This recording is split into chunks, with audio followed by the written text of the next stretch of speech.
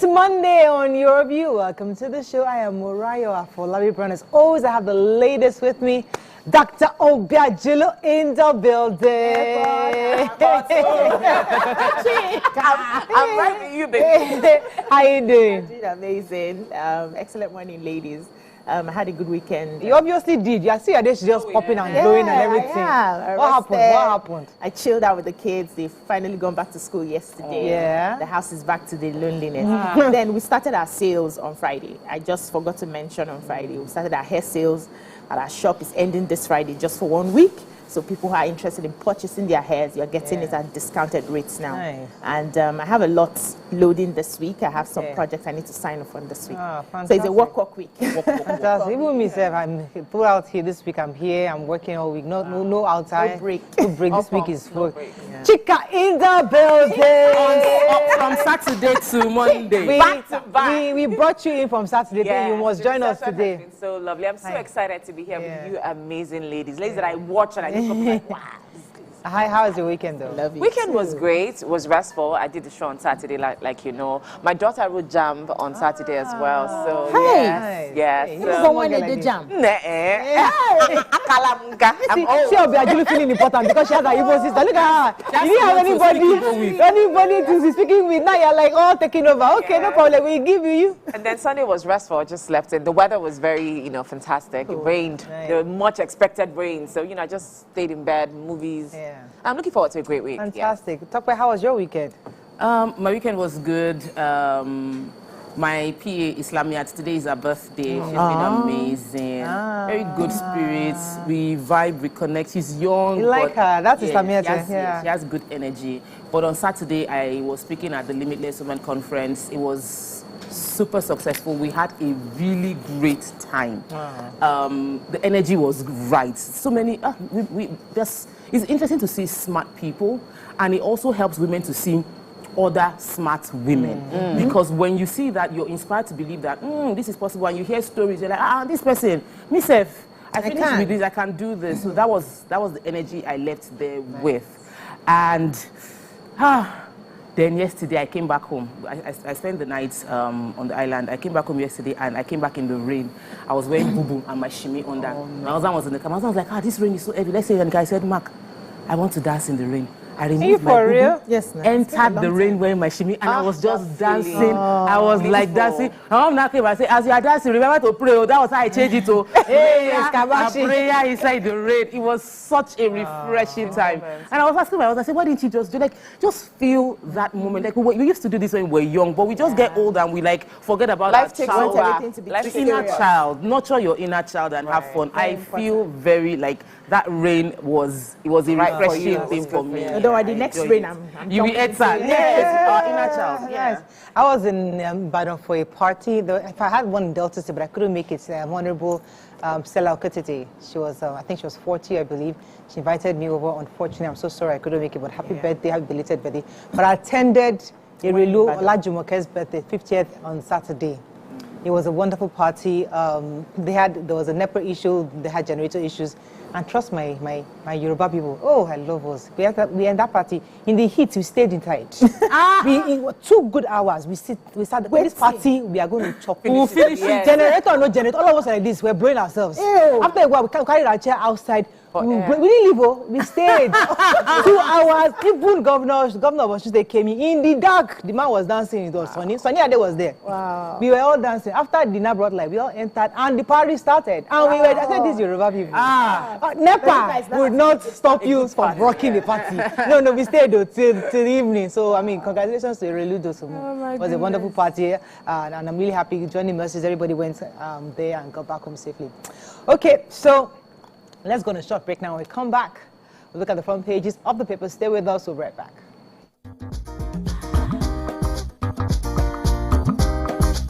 Stay tuned. Your View will be right back.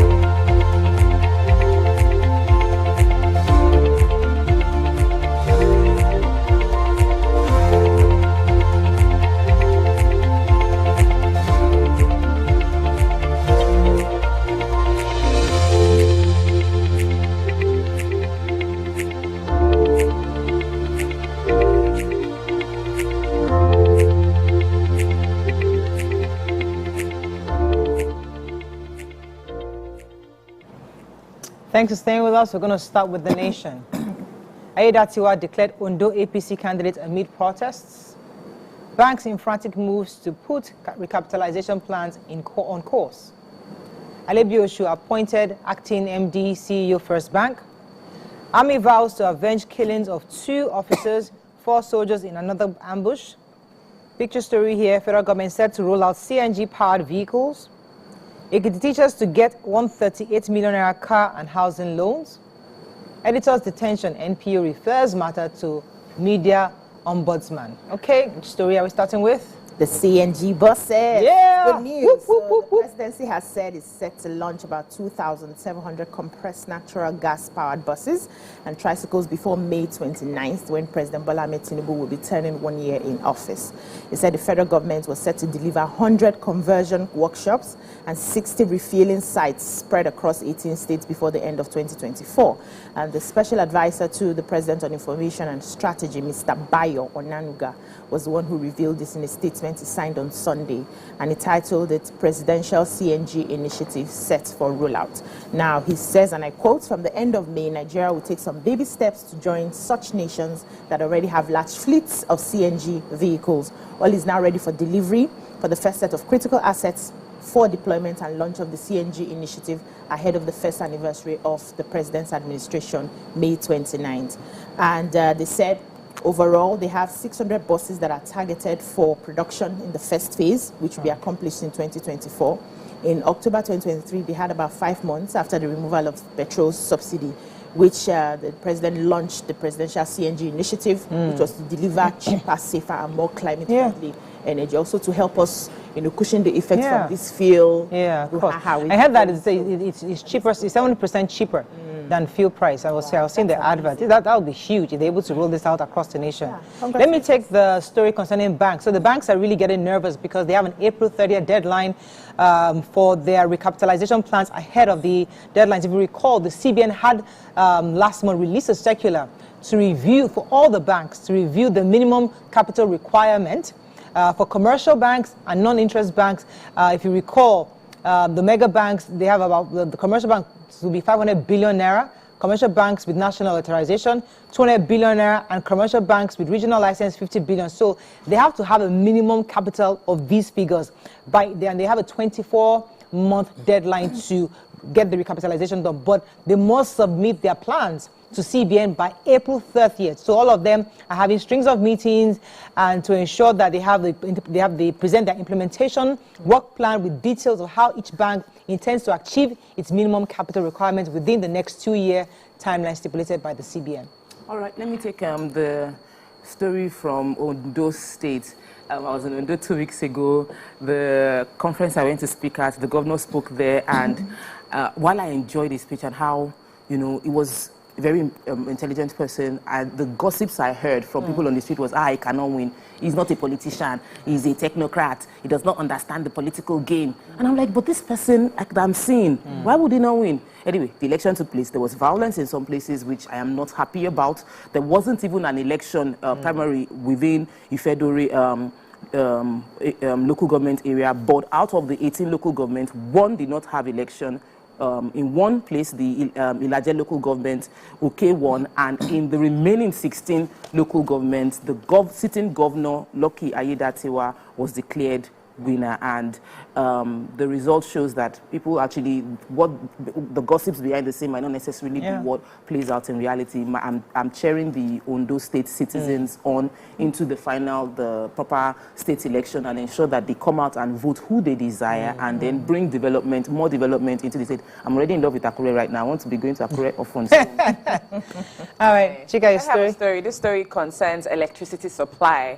So right now, consumers are lamenting the declining, as we all can, attest to, declining electricity supply. Now, according to this report, more electricity consumers are supposed to move up to Band A category by the distribution companies. Now, this initiative is to ensure that more consumers enjoy electricity supply, though at a premium price. Now, the Band A belt tariff was on April 3rd increased to 225 naira per kilowatt hour from 68 naira per kilowatt. Now, consumers on this band are supposed to, I quote, enjoy a minimum of 20 hours of daily electricity supply. Band A customers represent 15% of the 12 million electricity customers in the country, which is about 1.8 million subscribers. However, those on other bands still maintain their tariff rate of 68 naira. Those are customers under the Band B who enjoy 16 to 20 hours. Band C, they enjoy 12 to 16 hours. And then those in Band D are those who actually get between 8 and 12 hours of power supply.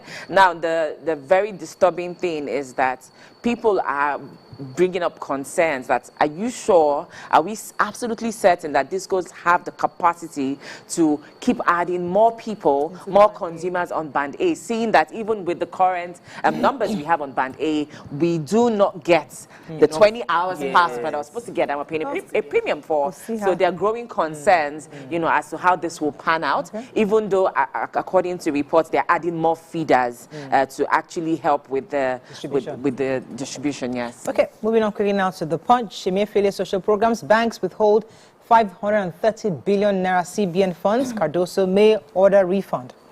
FG rolls out 2,700 CNG buses and tricycles. Motorist residents stranded as flood overruns Lagos and Ogun roads. Outrage over discrimination against Nigerians at Abuja Chinese supermarket. Crash shot Abattoir to probe poisonous meat allegation. Ondo poll Akinterewa, others protest as Ayedatiwa wins APC ticket. Army vows revenge after terrorists kill 6 soldiers. And FG probes $500 million local content loans and projects. Okay, let's take one story. The management of an Abuja-based Chinese supermarket has come under fire from 9 Nigerians entry into the facility. Said the correspondence reports said that entry into the supermarket without any name inscription is restricted exclusively to individuals of the Chinese descent. So basically, if you're not a Chinese person, you cannot, you don't have access to the restaurant. They will block you by the gates. Even Punch sent their correspondents there to confirm on Sunday. They found out that they have started doing this since January 2024. People on Twitter are complaining about it, saying, how can you come into our country and then you are restricting us? We can't even try this in China. And so they are making reports to the relevant authorities. Hopefully we are speaking with FCPP today, so hopefully we'll ask him that question. I really wonder why they would put such... How dare they?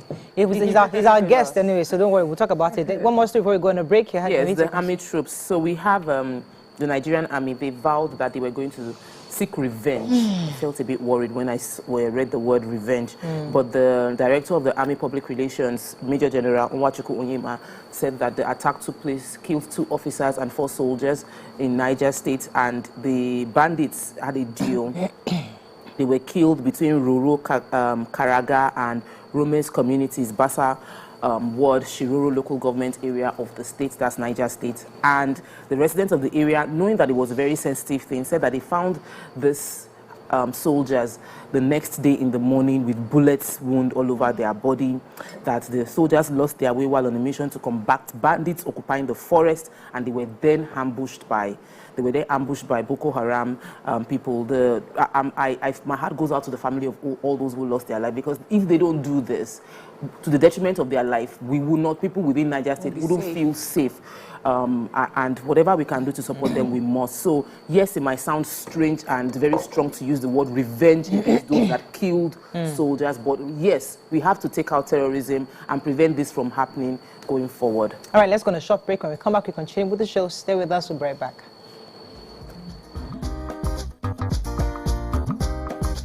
Stay tuned. Your View will be right back. Ladies and gentlemen, make welcome the one who can make time stand still forever, Mr. Kelechi Amadi. How are you doing, sir? I'm good, my brother. You love that intro, Abi? Yeah. It was great. Okay. Thank you. We try like that. Thank you. Now my question, which I feel is a cheap question. Go ahead. What does ISO stand for? That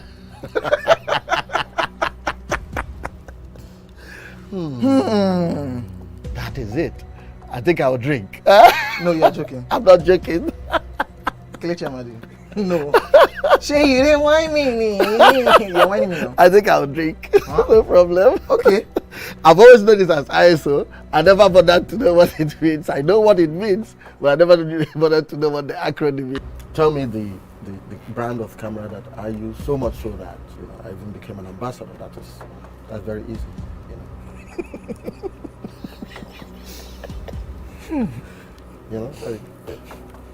It's out there. It's supposed to be, Yeah.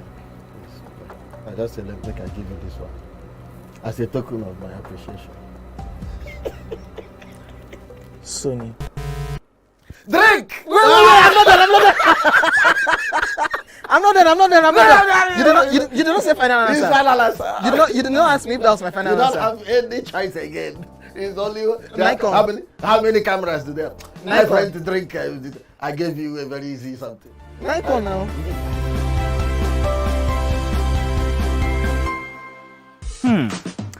So, have you ever wondered what happens behind the curtains of a man's mind? Or perhaps you're one of those who wonder what men talk about when they gather. Well, here goes. Imagine what it takes to put together the perfect cocktail. Or maybe mocktail. We need a bit of sports, a sprinkling of current affairs, some very deep topical issues, and last but not the least, a healthy dose of grumbling of those we love to hate.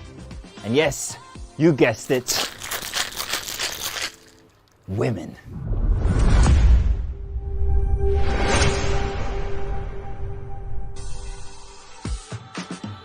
So, if you catch the drift, then you're onto something. We will provide you with the right insights into most of your curiosities, right here within this beautiful cocktail we call the Bell. Ladies and gentlemen, make welcome the grand comedian of the Federal Republic of Nigeria. Bring the fun! OJ right here, 7 of 7, like you already know. Bring it right here, 7 of 7, like I'm beginning to know.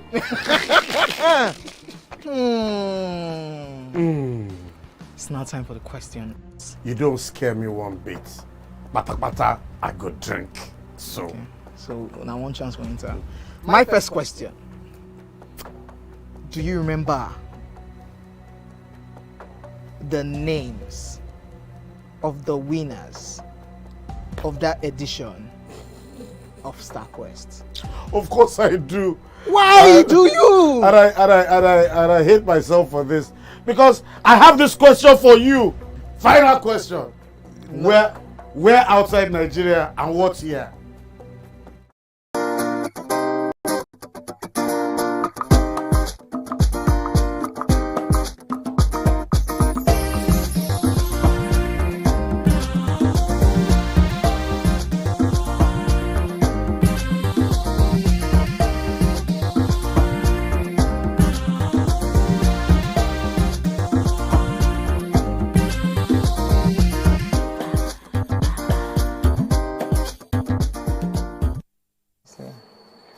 Thanks for staying with us. We're still reviewing Punch. Let's see another story. Who has a story in Punch? All right, so I have the story concerning flooding. I mean, I went to a supermarket yesterday after church, and I mean, I was in church, so I wasn't privy to the extent of rain. Yes, came out, went into a supermarket. By the time I was out of the supermarket, it was flooded. Wow. So this is a huge concern. Now, according to reports in Punch newspaper, residents and motorists in several parts of Lagos and Ogun State on Saturday were left stranded due to the hours of intense rain, with major roads overrun by floods. Now, according to correspondents, they say the Agege, Akowonjo, Egbeda areas in Lagos and Mayegu Junction area of the Lagos-Ibadan Expressway, they had observed that motorists and residents were stranded for hours as a result of the downpour. So a lot of locations in Lagos are actually confronted with this particular problem. And even more worrisome is the fact that the federal government before now, 6 days ago, had written several governors to give them an alert that according to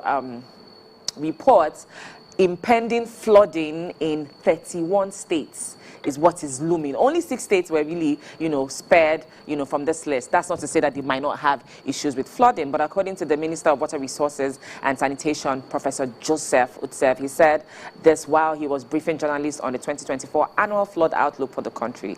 So we need to prepare, is what he's saying. A total of 148 local government areas in Lagos, Kano, Delta, and 28 other states have been categorized as high flood risk areas.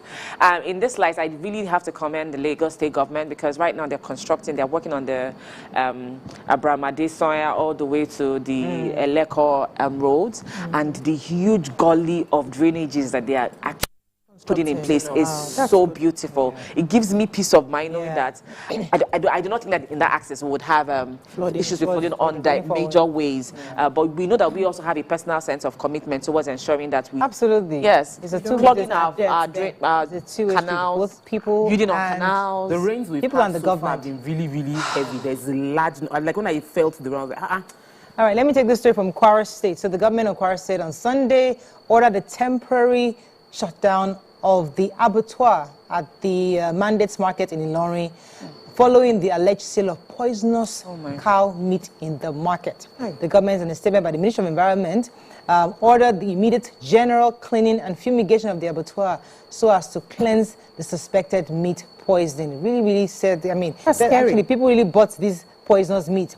He said that the decision was part of the efforts to protect members of the public after a non-governmental organization, Kwara Monitoring Group, raised the alarm that meat from 33 cows, which allegedly died of poisoning, had found its way to the market sale for public consumption, and that was a really scary situation. They decided to sell their dead cows. This story reminds me too of some story on social media. I don't know if you saw it, where a catfish producer, her neighbor had gone to poison her fish. Oh my Lord! And then she put it into the oven and roast, and of course she was going to sell it. She didn't know now. Why do we? No, she knew that it was poison because if fish all in her died, mind, the heat would have. She don't want to lose the money.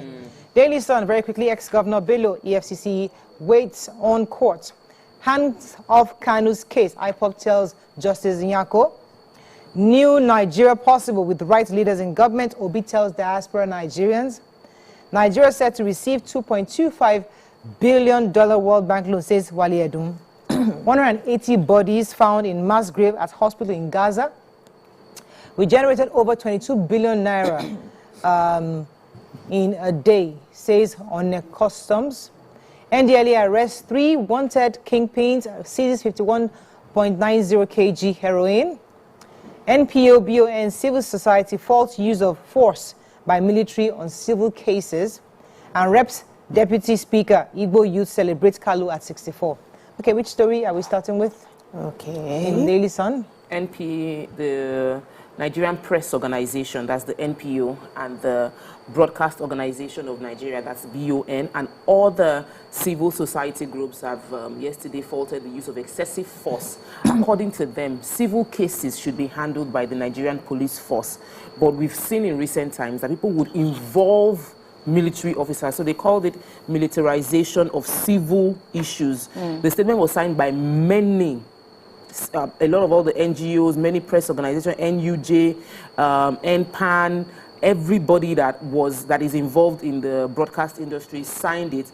And according to them, the military authorities said they acted to forestall a potential threat to national security that will have been reported. They will have reported the matter to the National Media Complaints Commission Ombudsman. So there's an issue that involved the media where the military was used. The Defense Intelligence Agency requested a meeting with the NPO and BON to resolve the issue, but they still feel like beyond the issue that happened within the media space, there are several other cases that happen outside that has no business. It's civil.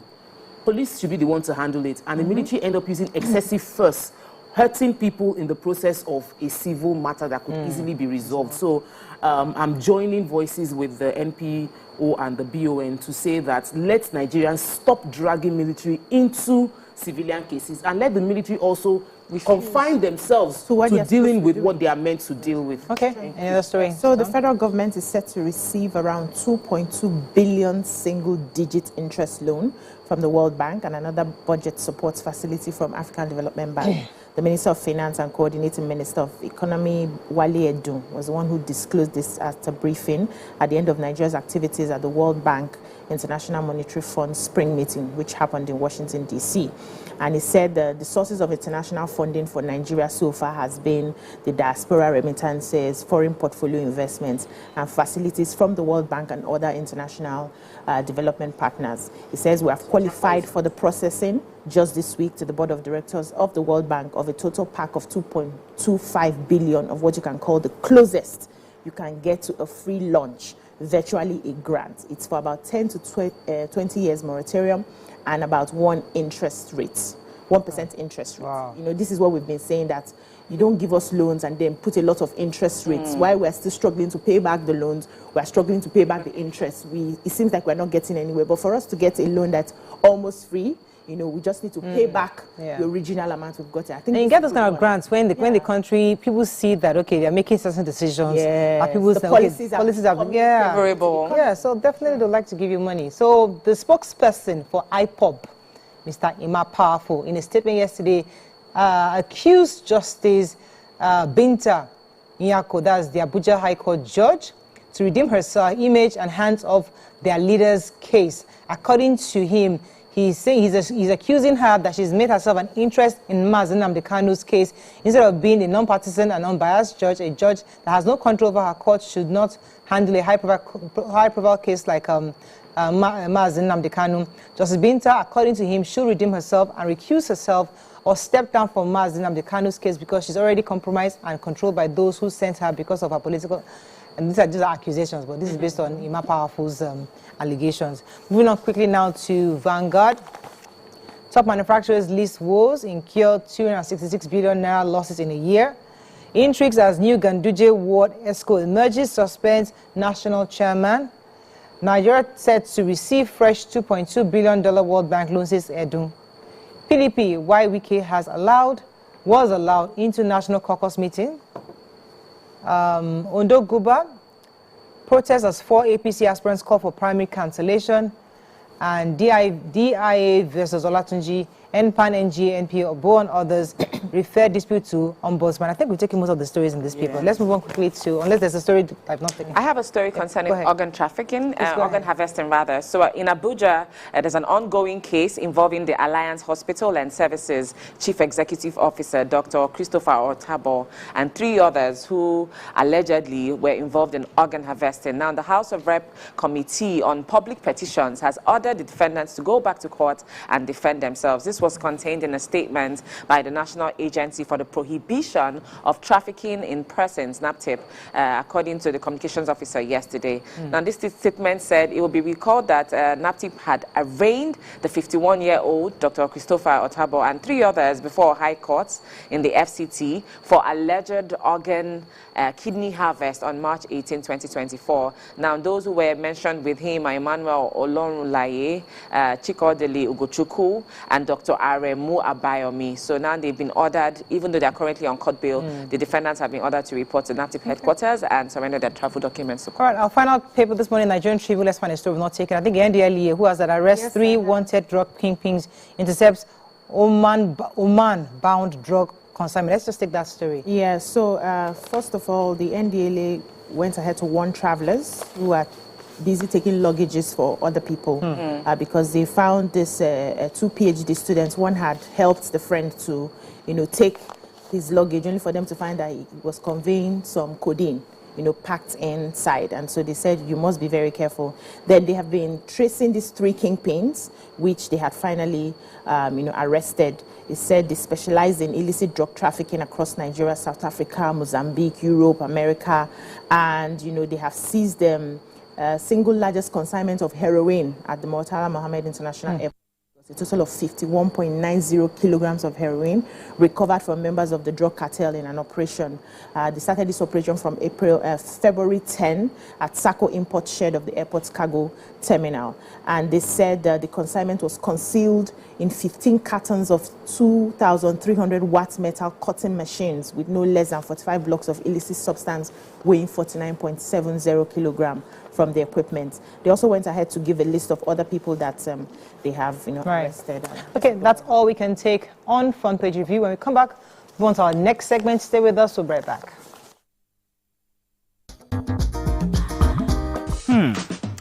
So, have you ever wondered what happens behind the curtains of a man's mind?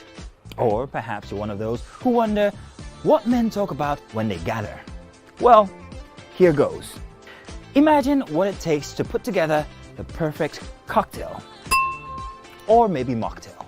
We need a bit of sports, a sprinkling of current affairs, some very deep topical issues,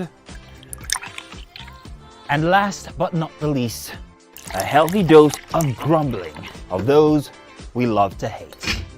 And yes, you guessed it, women.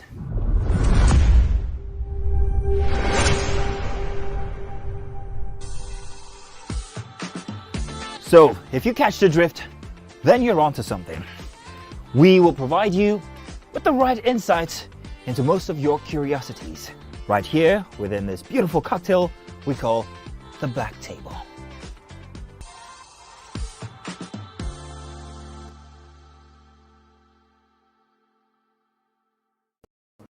Ladies and gentlemen, welcome to the show, La General, the one and only Pere Egbe. Which of the following is false about teeth? We are born with 20 primary teeth. Teeth are the hardest substance in the body. Teeth are the strongest bones in the body. Teeth is not a bone, actually. Teeth can self-repair. The strongest bone in the body, no. Teeth is not a bone. Final answer? Teeth is not a bone.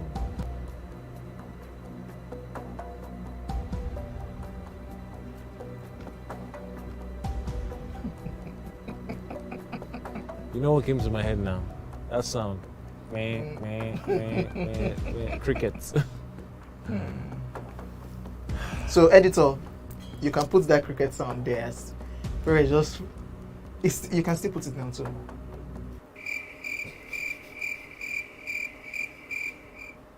When was the first Gulda ultimate search?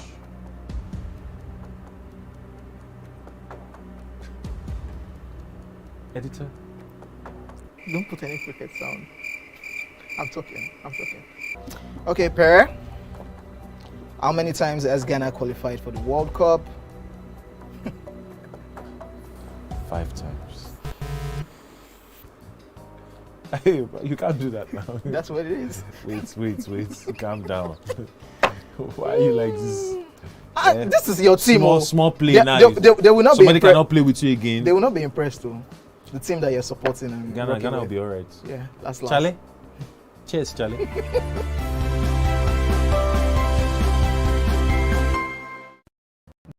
This is 7 of J and signing a sobriety into my hands tonight on this social experiment called the 7 of 7. It's Owen G.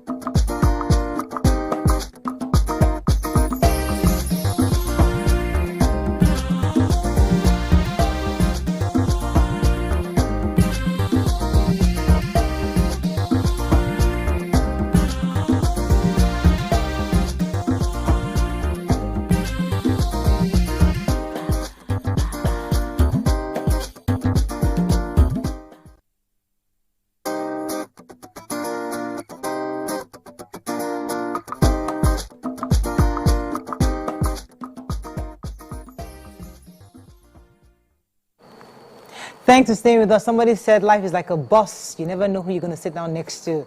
So we got a story from the Lagos State Bus Service. I got this message actually from Mr. Afolabi Olawale. He sent me the video about some proposal that happened in the bus. So what happened was that, according to the story, a guy and a girl always use the Lagos State Bus Service, and they became friends on the bus, and always hanging out, and people just knew them together on the bus. And then he proposed to her on the bus, and he planned it with the Lagos State Bus Service people, and they had this nice proposal. Please watch this clip to see what we're talking about.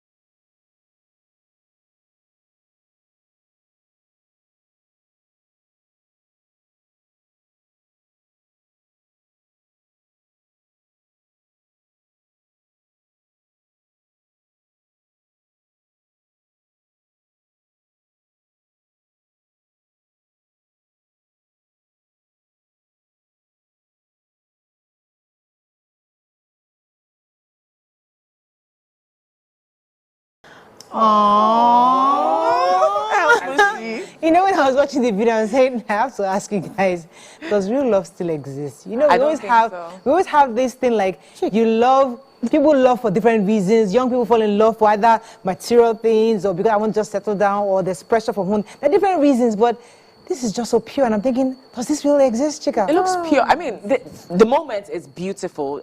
First of all, I have to say that natural ladies are winning, because when I looked at the girls' physio, I said, okay, all these people that are doing fake here, nothing for you. It's like single ladies are winning, number one. But really and truly, I feel like our parents had it better. When I look at people whose marriages are seemingly doing well, when people say, oh, we've been together 57 years, 37 years, 84, it's usually people not from my generation and lower. So I know that in this time and age, it's really hard.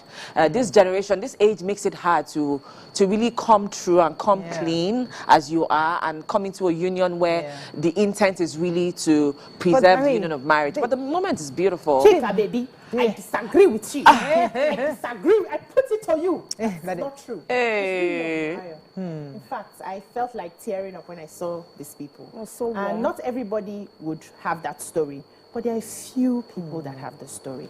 And some of us on this table actually have that story. So let's not discredit it. There's real love out there. It's just if you're fortunate to find it, and that's fine. And if you're not fortunate to find it, it's okay. It may not be for you. But there are people... But the way you have, manage it. The way you have, just take it. I don't believe in just take it. Yeah, I don't believe in the way you have, just take it like that. You can stay if you want to, but me, I don't believe in managing. However, there's real love. And it just shows that we can still find happiness in the simplest of things. Like you rightly mentioned, we didn't have any iha done, or any special iha done. And when we were picked to have married to, we did not have any hair done. We were barely able to wear weave on at the time, but we found that person. So I think it's just for us to put the message out there that you can be yourself and still find that person that is for you. And because it's so beautiful at the end does not mean it will end beautifully. Let's also not get carried away with all the mushy and feel. But I mean, it's me, they never proposed to me. I'm still going to hold that man. 20 years, he's going to kneel down for me. But I mean, meeting somebody on a bus in 2024, it's like, young girls today, if I'm on the bus, you're just minding your doing your business. Don't want to meet anybody on the bus, because you feel like I don't want to meet. I'm targeting something higher, not even a bus companion. But for somebody who you would enter a bus with and you fall in love with him, this is, I mean, it's such a sweet love. I'm thinking, oh my goodness, may this last forever. But how did you see this? Because a lot of young girls today would rather not talk to somebody on the bus with them. Yeah. Well, I believe that we should be open live your life open. You know, many times we have created boxes and we have caged ourselves away from our blessing. You know, we have caged ourselves away from must find them in church. Must find them we have in caged ourselves from, it's not going to happen in the bus. It's not going to happen. There's no rule. I don't feel there should be any rule concerning where love can happen, where opportunities can happen, where jobs can happen. Open up your mind. Break out of the cage and expect that opportunities can happen anywhere. So me, I met my husband inside Orange Bank. Where they're counting money now. Yes. That bank that has orange box like this. Oh, okay. Yes. Really? And yes, I met him inside the bank. I met him in the bank. We had a conversation, pen. He left before me. I came outside. I saw him. Waiting for you? And that's how we married. Is it like? It was a very random meeting. And anything can happen. Anyway. Just be open. And there should be no limit on, he doesn't have a car, he's taking the bus. What if he has a car and he packed it to take the bus? What if he doesn't have a car and you guys marry and immediately you marry like this, pew, everything just skyrockets. Well, let's not put any box into how things should go. Let's not put a cage to what life would look like or what the relationship would look like. I am extremely grateful to God that this was captured. So that it's not when they put flowers. You know when they do those love, they will now use flower to do love. They will now decorate the entire auditorium for the proposal. So girls are now expecting that my fiancé must do the same decoration. But here we are saying love. We are feeling it even inside the bus. But I also think that this speaks to what can happen, the possibilities that can happen when we continue to improve and upgrade our bus systems. This thing cannot happen. I don't think it can happen in Danfo or Korokpe. You'll be surprised. I don't think so. You'll be surprised. It's a very tush bus of life, and buses and trains. So you can be a quality man on a bus and on a train. But here, this happened because it's in a Lagos bus. That's what I think. No. In a Lagos Don't say that. No, but the girl looks like my husbands were taking Korope now. When did they have money that they started buying cars? Will you, as you are now, if you are not married, you look at somebody. No, as I am now. See, that girl is young. I cannot be comparing her to me. As I am now. You don't have private jets back there. That's me at that age. So my eyes were focused on the beautiful things of life. I was thinking of all the possibilities. But look at the guy. There are girls this age that are not focused on the real things, that are focused on the superficial things. That's the problem. There are girls that at this age are looking at BC and looking at me and looking at you and looking at Chika and feeling like this is what I want. My husband was able to give me this life. But guys, this might be what let's they not need. paint Cinderella story yet, because that guy looks very clean. Look at his haircut. She look at the length of her weave last one. So it's not be cheap. It's rubber. That wig is rubber. Identify it. I'm just telling you. Should we grow into wearing this style that I'm wearing? There's time for everything. We wore rubber too. There's time for everything. See how long it is. She looks like she's doing pretty well. No, the truth is, you don't necessarily have to be the richest in what to be clean. No. We advise realtors that you don't have to, it's not in the volume of clothes you have. It is in how you package those clothes. True. Iron your clothes, look neat, be cleanly shaved, of which a guy is going to propose. Of course, he would have cut his hair and shaved his beard and be looking his best. And look good. Self. But if it wasn't looking good, conversation probably will not start. Uncle, you want to tell somebody your mouth is oozing. Open your mouth to talk, the person turns away. Sometimes being well-groomed makes it easy for conversation to start somewhere. Oh, you smell so nice because you actually took the time to use a perfume. And so somebody can compliment it. Deodorant, And this so those things can happen. Yeah, this can also help single men who are looking for beautiful young girls. Lagos State Bus Service is a place you find beautiful. It is because park your car. You see those nice innocent girls. They're just walking, living their life. Because if you park my car and go and enter because the stench from people who ride the buses like that is ridiculous. That's what I'm saying. So as we continue to improve our transport, imagine if we had like proper trains that navigate the people be proposing. You meet people of that. That's what I love what you said about parking your, because sometimes we don't, where we meet people also influences the kind of people we will meet.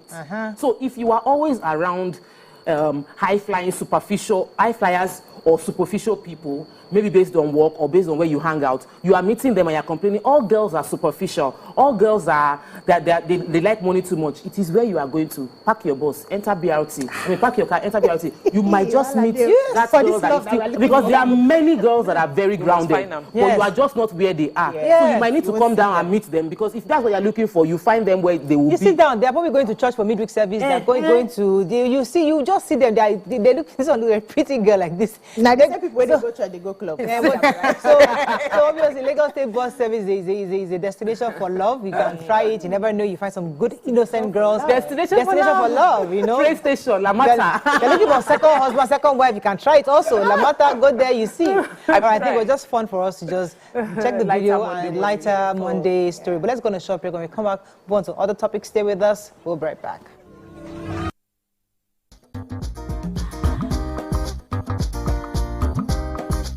Stay tuned. Your View will be right back. We don't like to eat better, more. Ladies and gentlemen, make welcome pioneer Positive Force member, dancing queen of the 80s, non-conformist, Afrobeat historian in her right, and long-standing member of the multiple award-winning all-female show Your View, Omoyeni Yeni Anikulapo Kuti, aka YK Power! Ginger. Take it. Today we'll go here. Hey, I don't read you. Are you sure? I'm not here to answer questions. I'm here to drink. We're in trouble today. Wait till your age. I was close now. I said 1975. He said 73. He said 75. Fellas wasn't even born till 75. So will I drink half? You go drink. Take. Make I help you. Russian. No be half. Which half? You will make me drink. I'll give you a hint. Nepa Road. Nepa Road in Abeokuta. First of all, my brain cannot memorize everything. A big black bug. A big black dog. Bug. A big black bug. Oh, sorry. A big. It don't start. Ọmọ fella. Ọmọ Anikulapo Kuti. Wọ́n rò pé kí ni kékeré yìí. It's by audition. It's not by audition.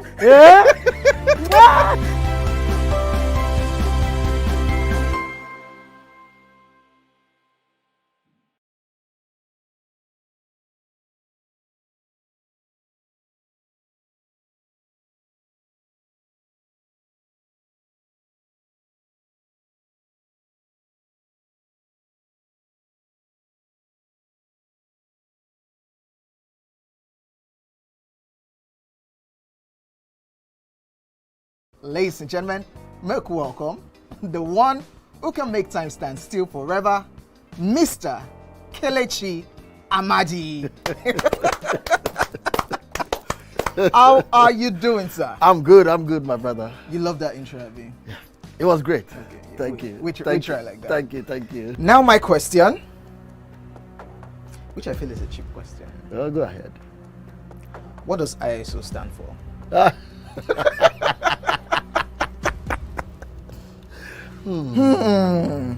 That is it. I think I'll drink. No, you're joking. I'm not joking. Kelechi Amadi. No. Shay, you didn't whine me. You're whining me now. I think I'll drink. Huh? No problem. Okay. I've always known this as ISO. I never bothered to know what it means. I know what it means, but I never bothered to know what the acronym is. Tell me the brand of camera that I use, so much so that I even became an ambassador. That's very easy.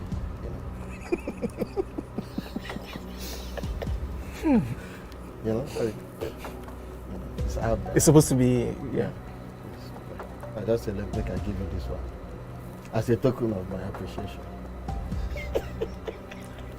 Sony.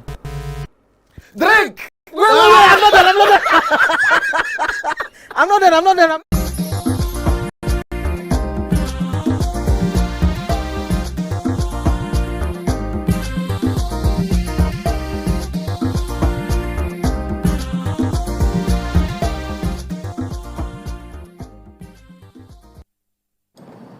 Thanks for staying with us. Still celebrating this Monday, and we're going to be talking about the Nigerian chess master, coach, and founder of Chess in Slums. Chess in Slums Africa, Tunde Onakoya. He has set a remarkable achievement of breaking the Guinness World Record for 58 hours of non-stop chess.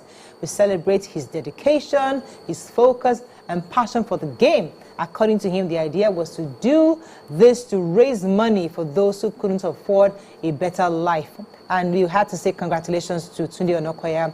I mean, he made Nigeria proud over the weekend where he was able to break the Guinness record for 58 hours. I think the record at the time was 56 hours. And he was able to break it by 58 hours. Trust Nigerians were there to celebrate with him. And of course, that led me to go and even, because I've known about Tunde Onakoya, but I never really paid enough attention to him until this happened, and I had to go back and read, and his story is such a profound story. But let me come to you. What are your thoughts on the celebration, its achievements? How did it come across to you? This is a man who had a vision, which was to help vulnerable kids to come out of poverty by playing chess. And he started working on that vision. He started following up on that vision. He did not relent at any point. He did not give up at any point. I'm sure if you have a conversation with him, he will tell you some of the challenges he faced to even get children to the point where they are playing chess. But he kept on it. And, you know, deciding to do the Guinness record is also a way of putting himself on the map so that now he can have access to help even more people. This is an inspiring life and an inspiring journey in the sense that success, somebody told me recently that success is not just for you. When God is blessing you, it's not just about you. You should be thinking of the people you want to impact with that blessing. And this is where, you know, that's what just blew my mind with this Onakoya story. It's not just about me. I just want to gain this recognition for myself. I'm gaining this recognition for myself and for the benefit of the many thousands of children that I'm going to be helping out there. This is a very fantastic one. And I love the fact that Nigerians came out in their droves to support him, sing his praises, encourage him. Nigeria, when it comes to things like this, we carry out.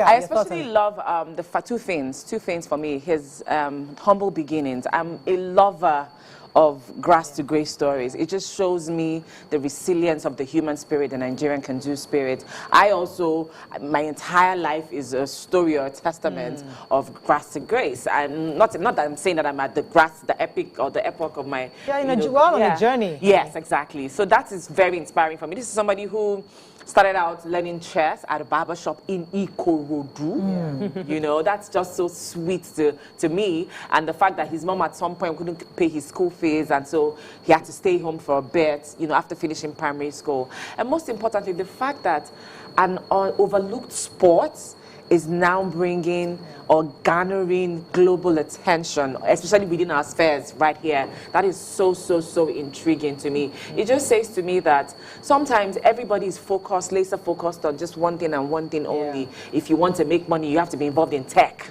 or you have to be involved, you have to be a doctor, you have to jackpot and go and do medicine abroad. Who would have thought that something that somebody genuinely had a passion for, saw it through to the end, would bring him so much recognition, would create so much impact in the lives of less privileged children like this. And so this is a wake-up call to, you know, pretty much everyone. You know, that one thing that you love so much, it easily can be monetized. It can set you before kings. You just need to stay steadfast and continue on that path. What are your thoughts on this achievement? Well, my initial thought was, it's going to be 30. It's under 30. This is a very young person. 8 years old, Yes. No. It's going to be 29 this year. It was 29 last year. Oh, really? Oh, okay, go ahead. October last year was 29. It will be 30 in October this year. I loved the fact that you see, we talk a lot about success, but we're not talking enough about significance. And he has chosen, it's not about even grass to grace like wealth, but he has chosen a path of, I want to make impact. I want to be a significant person. And as a young person, thinking in that line must be encouraged. Because if we increase that line of thought and reduce the line of thought of let's just make money, kinshati lowo, anyhow, I want to just make money, we will start changing what we see as a trend among young people in Nigeria now, where we see people going into internet fraud just to make money, going into money rituals just to make money, and feeling like it is only when I make money my name will be heard. It is not only by making money that your name will be heard, or you'll be respected, or you will be applauded. It is not by making money. You can also make impact, and you'll be respected on a bigger scale. You'll be applauded on a bigger scale, and money will follow. at the end of the day. So I am celebrating today for choosing a life of significance. I'm celebrating today for pursuing his life interest without letting anything hold him back. And yes, Nigeria gathered to support. It's a lie when you think that nobody will support you when you want to do your thing. Your dream is not big enough. If your dream is truly big enough, people will support it. Yeah. I feel like he showed us that, and we've seen several of them. So there are more Guinness Book of Records to be broken. Go and find your own and break it. You know what I loved the most about Tunde's story is the grass to grace, grass to grace. Is it right? Yes, that's grass to grace grace story, because his father was a downfall driver. His mother was bent down select. They didn't have anything. Eventually, the father was driving taxi. His father had to sell his taxi to put him through school. Just like you said, his mother didn't have any money. She offered her son to go to school, that she would serve them for free. She would be their cleaner for free, just to get him an education. He's the first child. I think there are 2 boys or 3 boys. And he has adopted children also who have adopted his own name. And he wasn't speaking well enough. You know, his father said he wanted him to be speaking English like all these other people did. And this is the one, he came from the poorest of the poor. There were 20 families living in his face to where he was living. They were sharing one toilet, 20 families. That's his foundation. He went to school, the small knowledge, and it was that barbershop, you said, that he learned this chess. He was seeing them play chess. Now asked Bros B to teach him how to play. And from learning that, gradually he began to get involved in competitions. Small competition, they gave him 10,000 naira here, 2,000 naira here. So, you know, but you see, the point is that even in his small milestone, small success, he was thinking of where he's coming from. He was thinking, how do I teach my people this stuff that isn't giving me 10,000 naira? How can I teach those people who I'm coming from to liberate them? And that's what he did. And that's how he started. And when he realized that people were not depending on him, he needed to go out more. But you see, what I wanted to take more from this story, a lot of young people just want to leave the country.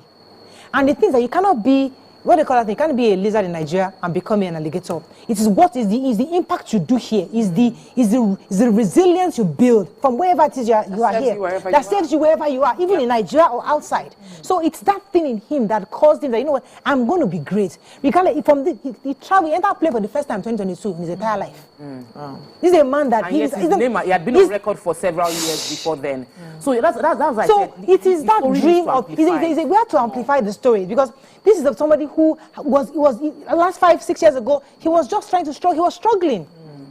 And now he's breaking records. He's global. He's doing interviews, global interviews.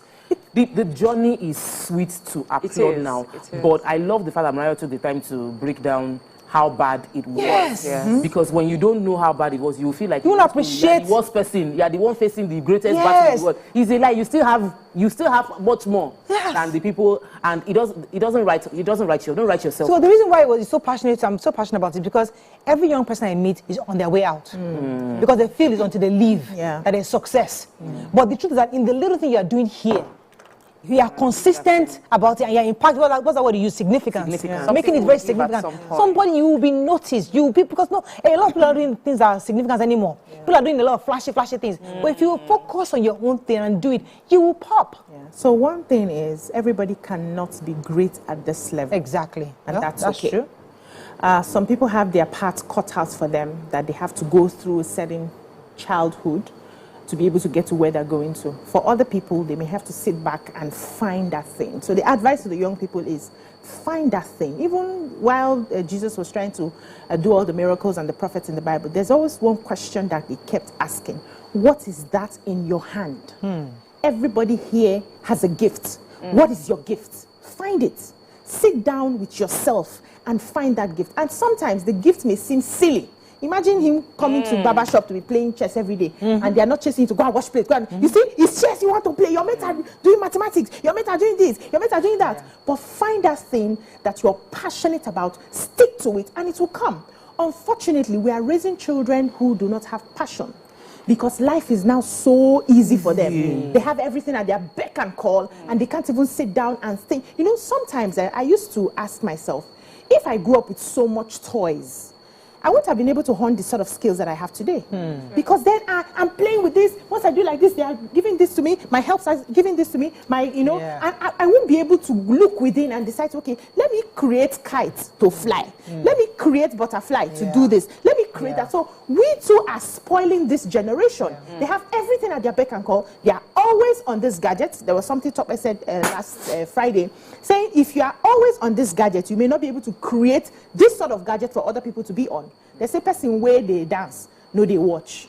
Your job is to perform. You can't be performing and watching the crowd. You perform, and then the crowd will watch you. So let's begin to re-educate ourselves and the young people around us. What is that thing you have in your hand? And it's okay if you want to travel. It's also fine. You never can tell where your miracle is or where you can break it. But do you have the capacity to break it, whether you're here or there? Is what we should be focusing on.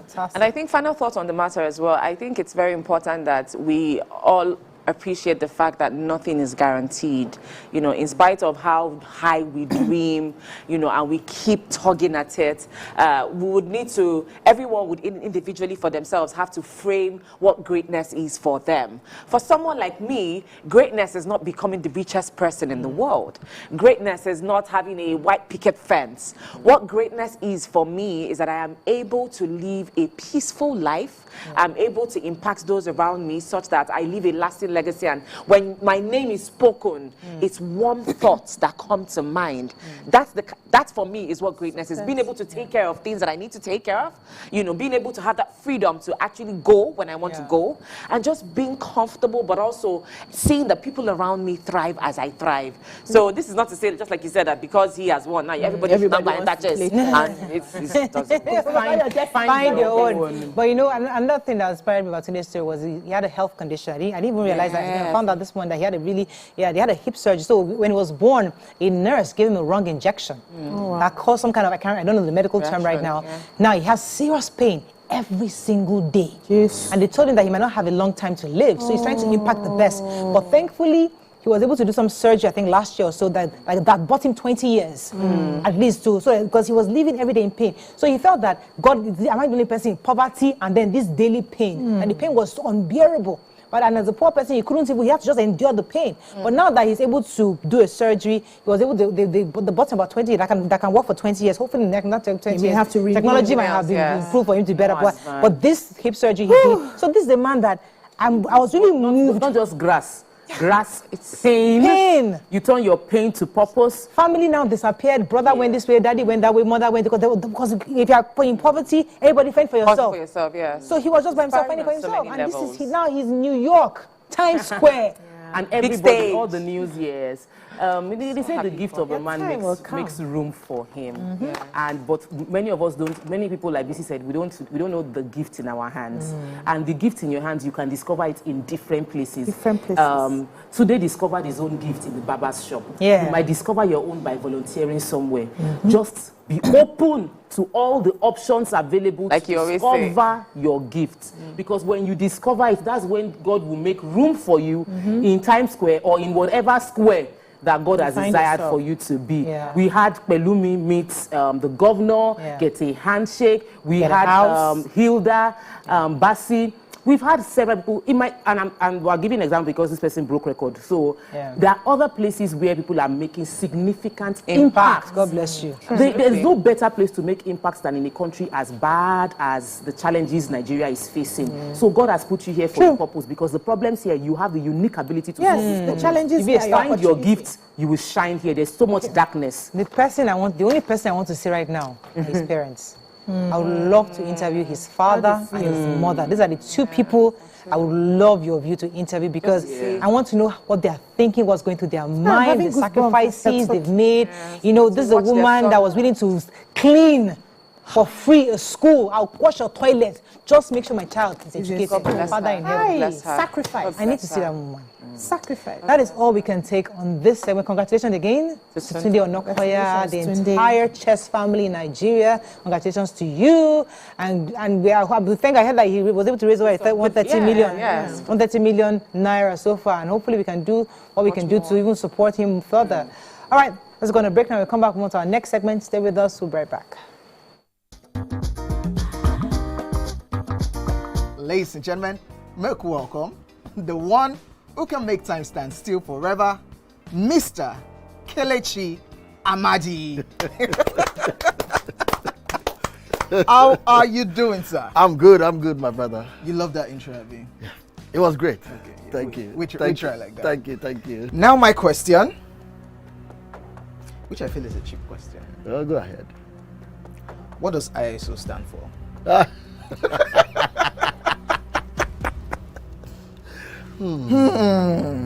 That is it. I think I'll drink.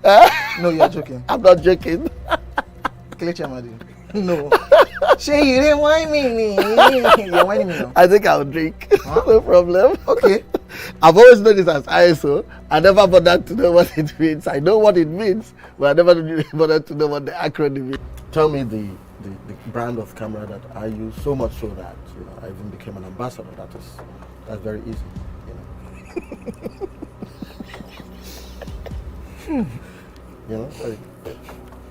It's out there. It's supposed to be, yeah. I just said, look, I give you this one as a token of my appreciation. Sony. Drink! I'm not done. You did not say final answer. Final answer. You did not ask me if that was my final answer. You don't have any choice again. It's only Nikon. how many cameras do they have? My Nikon. friend to drink. I gave you a very easy something. Nikon now.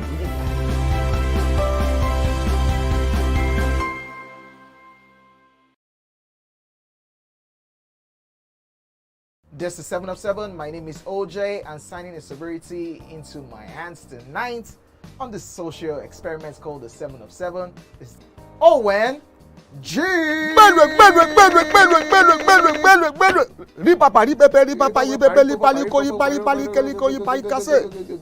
is the name, or what was the name? You said I want to make them better now. Rock Heart. No, of the goat when they brought it on stage. The name of that goat. Yeah. We should go there. No, that one easy now. I'm just drinking this so that I can ask him my own questions. It's not because of Buga. he didn't get it. You know. Okay. Mention 10 female stand-up comedians in Nigeria. See, just mention their stage name. If you annoy me, you will mention their real names and the year they started. And if you annoy me further, you mention the names of their husbands and the names of their children. Try me now. Okay, mention their name. No, let's just. No, wait. No, don't. No. Name, real name, stage name, husband name, children name. 10 of them. Even the 10. That's a lot. Eh? That's a lot. Did I cut your question for you? Yes. When you were happy now. With your hunchback. That was it. You are wasting time. We don't have time. See, my brother, before we go on a commercial break, you are stubborn. And I told you since. The fact that you play this your hair does not mean. You understand? See this bad hair you are looking at. It's experience. I've suffered before you. But I try now. When you there during the military era of Abacha and Babangida, you know what happened? I be Gen Z. So that Gen Z, I call for I will remove 4 out of 10. That's like 4 out of 10 they pass exam. Don't drink this thing. Where baby you are on here. Drink out. If I land you.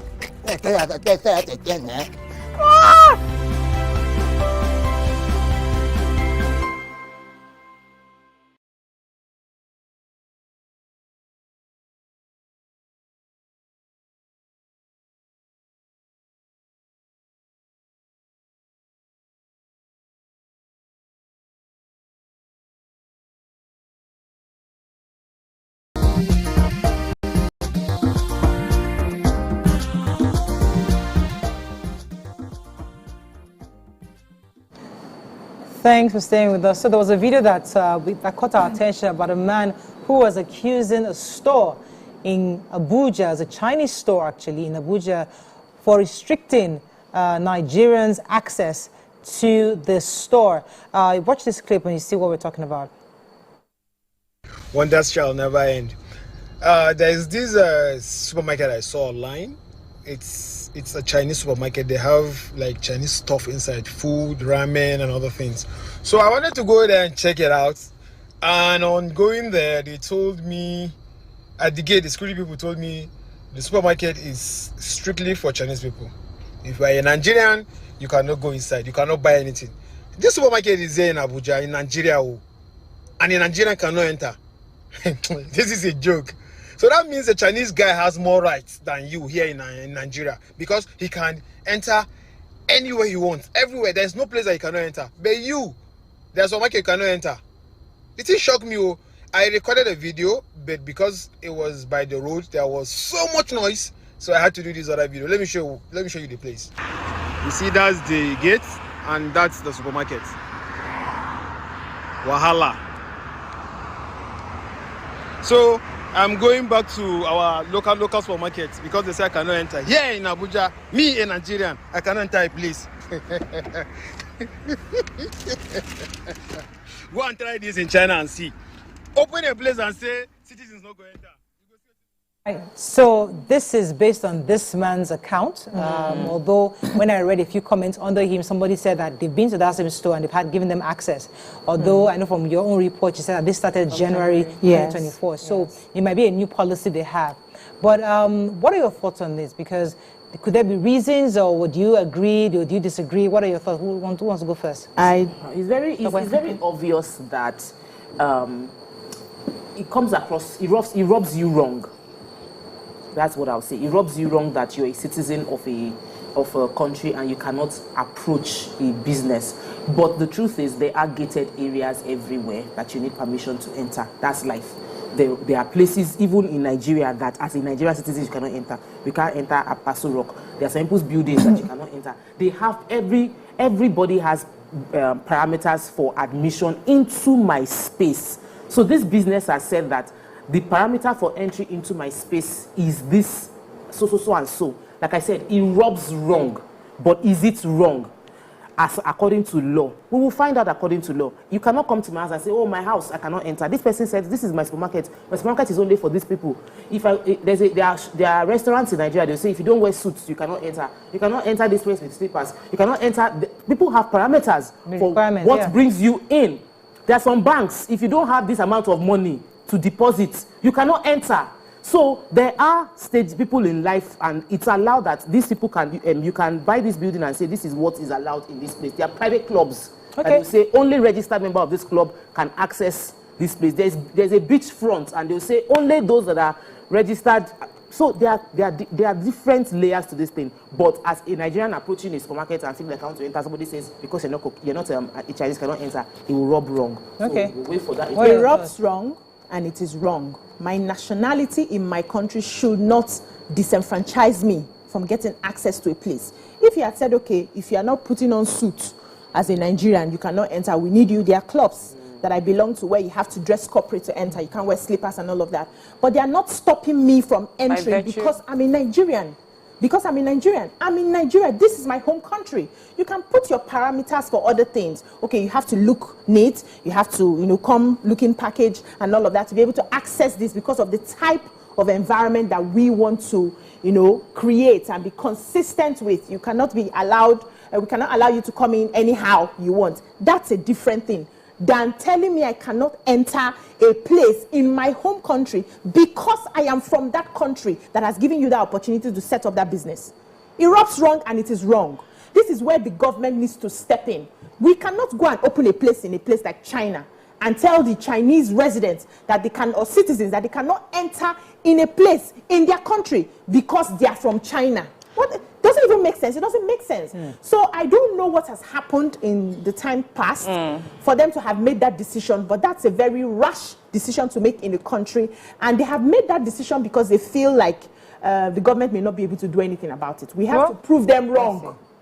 And according to the security, I took the story in the papers, the security person said they had stopped that from January 2024. This is April. That's 4 months down the line. They have been stopping Nigerians from getting access into that place. The government needs to investigate what has happened and tell them they cannot do that. They should look for other parameters, not to disenfranchise people who are being... Do you think, Chika, it's fair for us to ask them why? Because it's possible for... There could have been a reason, the reason what that led to this decision. What are your thoughts? It's important to hear them out because I'm out of curiosity, not because that will in itself, make it better.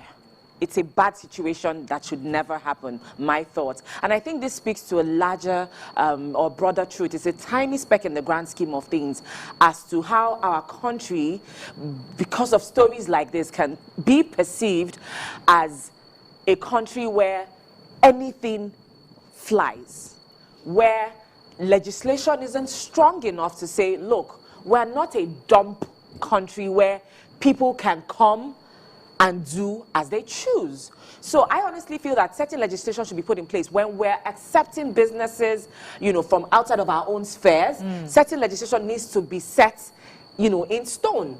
Checking quality of what we bring into the country, checking that other expatriates do not have an upper hand and even try to make us feel like we in our own country we are like the less privileged or that we have lesser rights. We've seen so many incidences where certain expatriates do ridiculous things and they seemingly get away with it, and that is not a narrative that I feel that we should be projecting as a country. So this story speaks to a broader story of why really, like you said, the government should be involved, and we need to nip it. We can't nip it in the bud, but whatever stage it has gotten to, we absolutely have to nip it. Yeah, but again, just looking at it, I said, I would love to really hear from the organization, because this is a fairly new policy. I mean, I think there was somebody was sending a message in the tweet was saying that she bought something there last year. I mean, certainly. So it happened. There was a reason. Maybe it's an interim measure to achieve certain things. We don't know yet. It would be great for them to at least see us important enough to respond to these allegations, because I don't know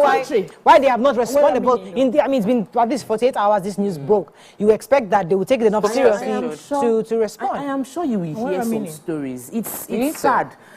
Generalization is wrong. But there are some things that, even you as a Nigerian now, people have done some things. We need to tell ourselves the truth. We might not like it when, we will tell ourselves, we don't like it when another person from outside is the one telling us. But we must have done something. We go to places and you'll be wondering, what happened? We had access to these countries before.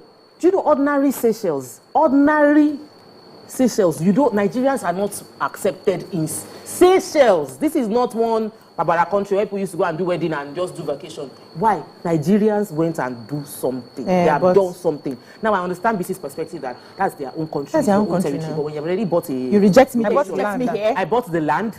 Once I fence that land, is my territory. I carry the land to your country. And you can then evacuate me and my business from the place. But when I bought land and I fence the land, I can say, in this my land. But there are rules of business in every country. Let me I think we need to find out if it is illegal. If it is illegal, it doesn't feel right.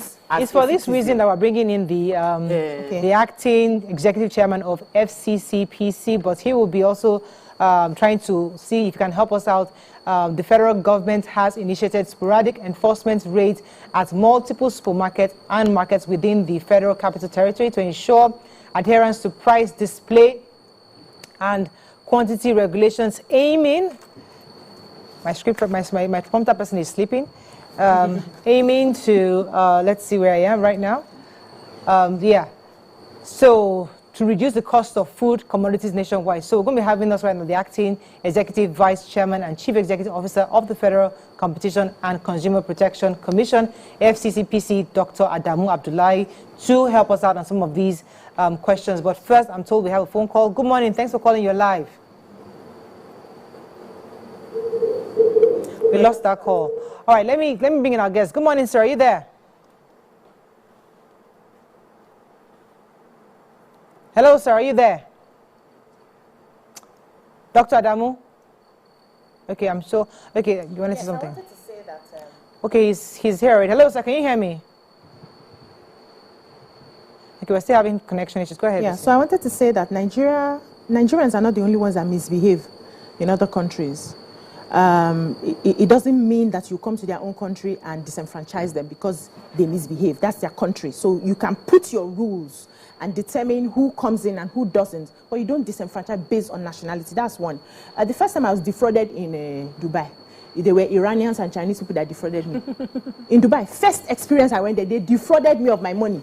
It wasn't funny. I don't even want to mention the amount. You didn't go viral with the matter now. No, you kept it. It was Nigeria that did it before you now. Put your social media. Say, I've not joined the show when I went to Dubai the first time, yes. And they were not Nigerians that did that to me. It doesn't matter. People will be criminals.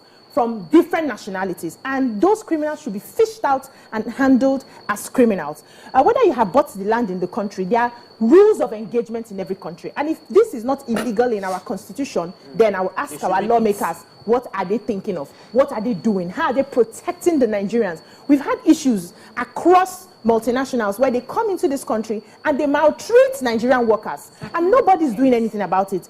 NLC that's supposed to be carrying placard to protect Nigerian workers will not focus on that. We have people who are working back to back in factories. They have no health care, no insurance, nothing, and they are being paid meager salaries, sometimes less than minimum wage. And NLC is not doing anything about it. They have eaten or beaten more than they can chew with this case. As far as I'm concerned, if these people do not say anything, we are going to follow this up. It's not done in our country. We will not try it in their own country. When it comes to matter like this, Nigerians very just comes up.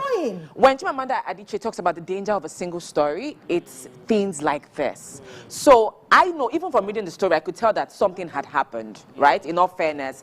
But when you make an issue like this, and entirely about a race or a people or nationality, then it's even if you were to take it to the International Court of Justice, it is blatantly wrong, right? We have Nigerians who do us proud. We just took the story of Tunde Onakoya, who is doing us proud. And even when people say, oh, we have Yahoo boys, we have people who commit crimes in Nigeria, regardless, there are people who do us proud in this country. And so looping everybody in and saying, oh, we don't allow Nigerians into a place that is a retail store. It's not like it's an estate for where people live and you have to have. It's supposed to be a public space in the first place.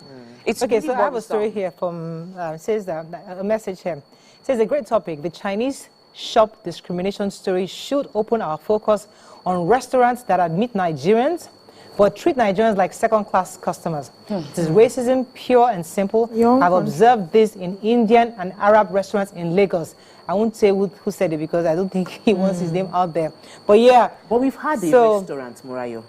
There was a restaurant in Lagos that discriminated against Nigerians. You know, sometimes when you don't deal, when precedents have happened and you did not deal with it. Public display, show them. Yes, public show off. I know they agree this kind of thing. In Nigeria, we have, as a people, unconsciously celebrated white skin to the detriment of our own people. And we cannot say sit here and do like it's not a reality. It is. You would, a Oyibo person would drive past and they would disobey, and the security personnel are not as stringent on them as they are with us. They have more security personnel protecting them than the average citizen. So we have done some things to make them feel like this country favors them, this country allows them. The kind of things that they will not do in their own country, they will come in here. And they are coming in from the airport. Okay, somebody will come and hold them and take them past immigration. What the kind of thing that cannot be done in any way where they are coming from. So as a country, we cannot play service and be vibrating on this table. Like saying we don't know, say our own people are also doing exactly the same thing, encouraging them to feel above the law. So if we are going to call out somebody, we will call out, I cannot control this, I'll control myself. We will call out what we are doing and then we would work on it. Let me bring in the acting executive vice chairman. He's been with us, right? The chief executive officer of the Federal Competition and Consumer Protection Commission. So it's the consumer protection we're looking for right now. Dr. Adamu Abdullahi, thanks for joining us, sir. My pleasure always. So there's quite a bit of things we'd like to discuss with you. Issue of pricing of goods and services, protecting our rights as consumers, and then the new story we're dealing with, the fact that in this story, there's a man alleging that a Chinese store was restricting Nigerians from gaining access into a store in Abuja. In that situation, what do you make of this, and how do you think your commission can help to redress this? Yes, we have already decided that we are going into that investigation. We want to go and find out what's actually going on, and if there's anything like that, we give Nigerians all the assurances that we would go ahead and investigate, and the law will take its course. There is no way such a practice can take place in this country and we would just sit aloof and allow them to continue. It cannot go on, and we give our assurance that when we find out what's actually going on, we find them liable, something will be done. Sir, is there a place in the law that makes this illegal in the first place?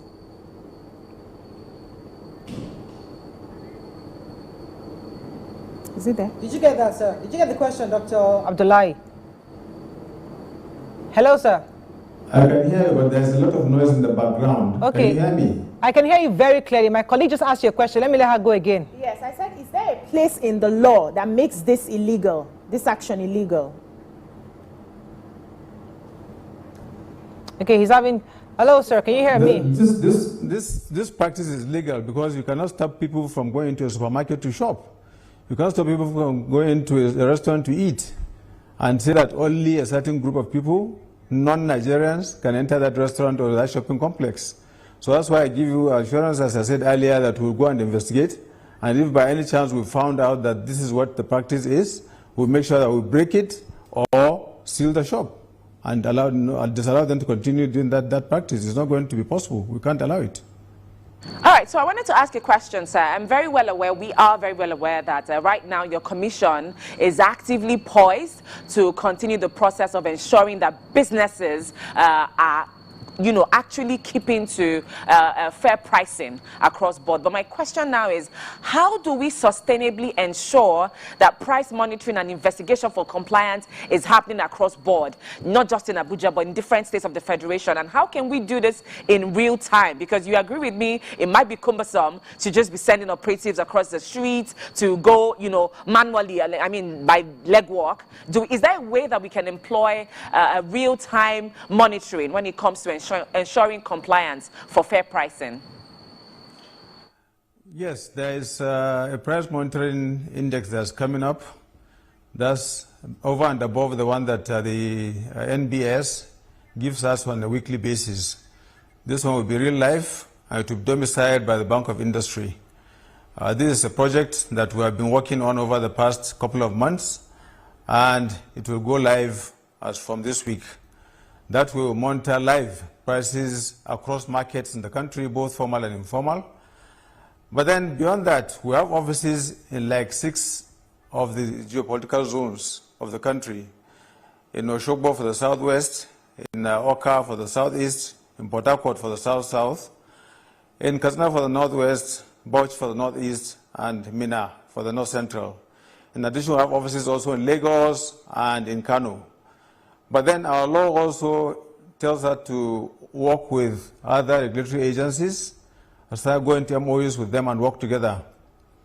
Right this week, La COSPA is coming to see us, and we will go into an MOU and start working together at that Lagos axis that we are talking about.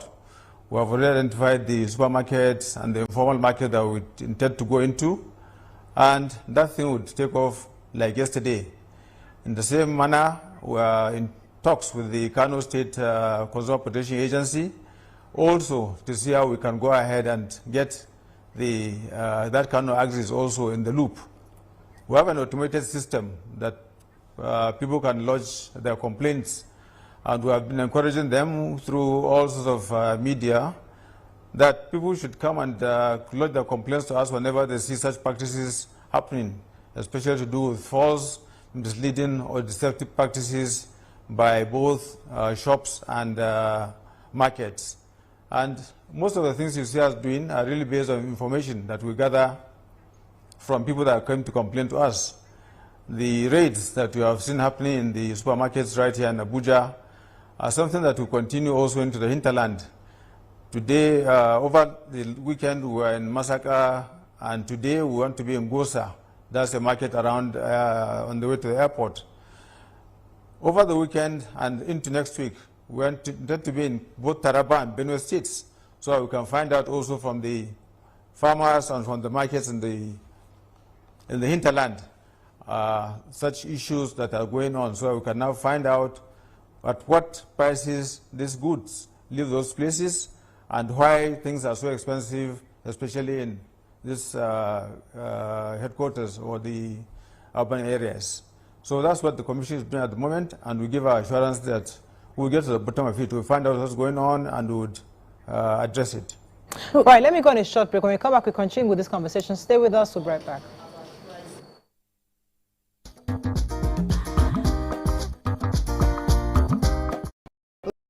Ladies and gentlemen, welcome the grand comedian of the Federal Republic of Nigeria, Gbenga Adeyinka the First.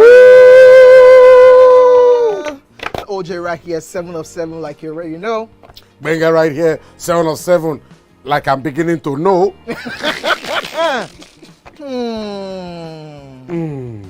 It's now time for the question. You don't scare me one bit. Bata, I go drink. So. Okay. So now one chance for Inter. My first question. Do you remember the names of the winners of that edition of StarQuest? Of course I do. Why do you? And I hate myself for this. Because I have this question for you. Final question. No. Where outside Nigeria and what year?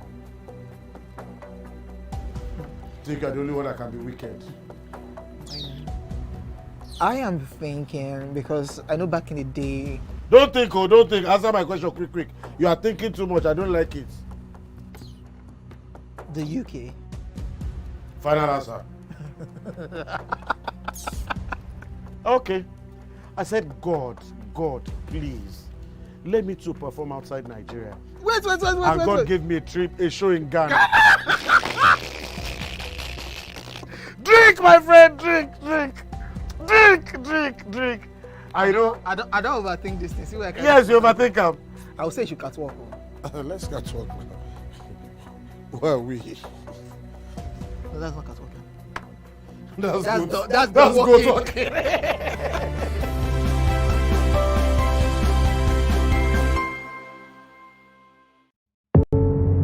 Doubt and fear doesn't occur at the canvas, it shows in the canvas.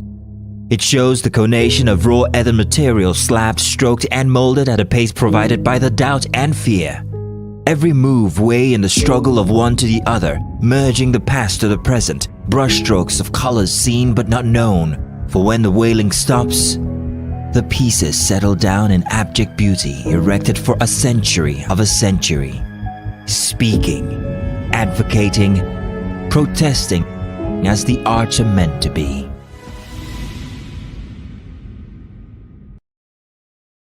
Ikechukwu Sunday Okonkwo, aka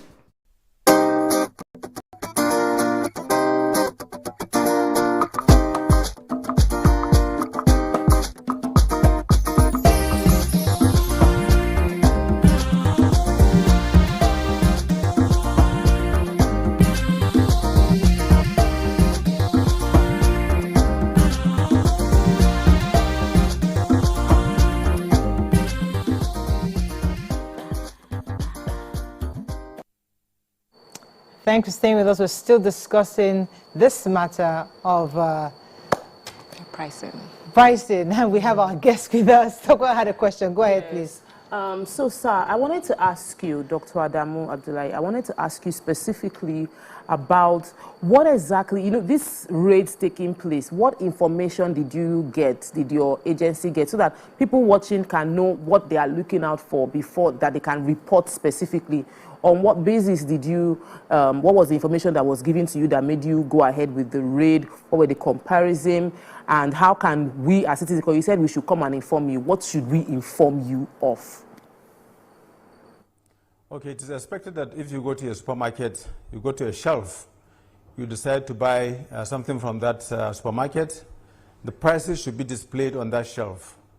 So people who go to the supermarkets find prices displayed on the shelf, and by the time they go to the counter to pay, the price is different. That is deceptive, false, and misleading. And it's not a practice that we are going to endure.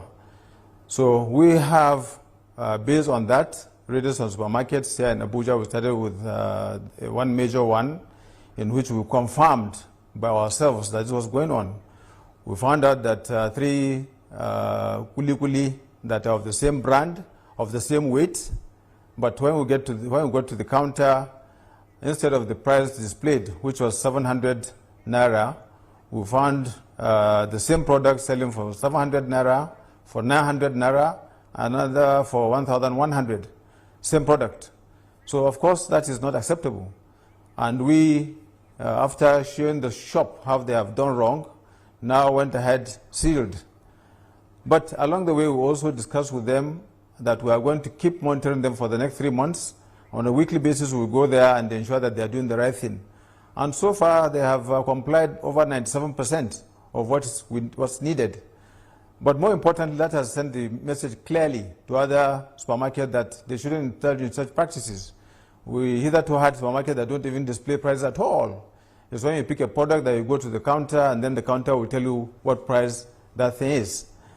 That is not the best of practices, because it means that you are at the mercy of the store owner to decide what a product will cost. And the one that we did only last week, we uncovered something that we now felt so bad about. There are some companies that have gone comatose from 2018-2019. I'm talking of Stallion and Caprice. Their product shouldn't be in the market as of now. But we found out that these people were selling bags of rice, Stallion rice and Caprice.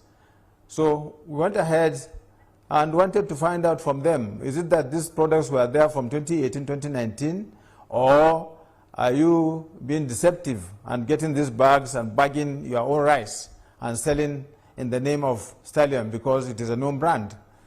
This is an investigation that's ongoing, but we went ahead and evacuated that supermarket of all those products, at the same time sealed the warehouse so that those products cannot go out to the market again. Also found out imported coffee and other products that the expiry date has been tampered with. We also evacuated that, of course.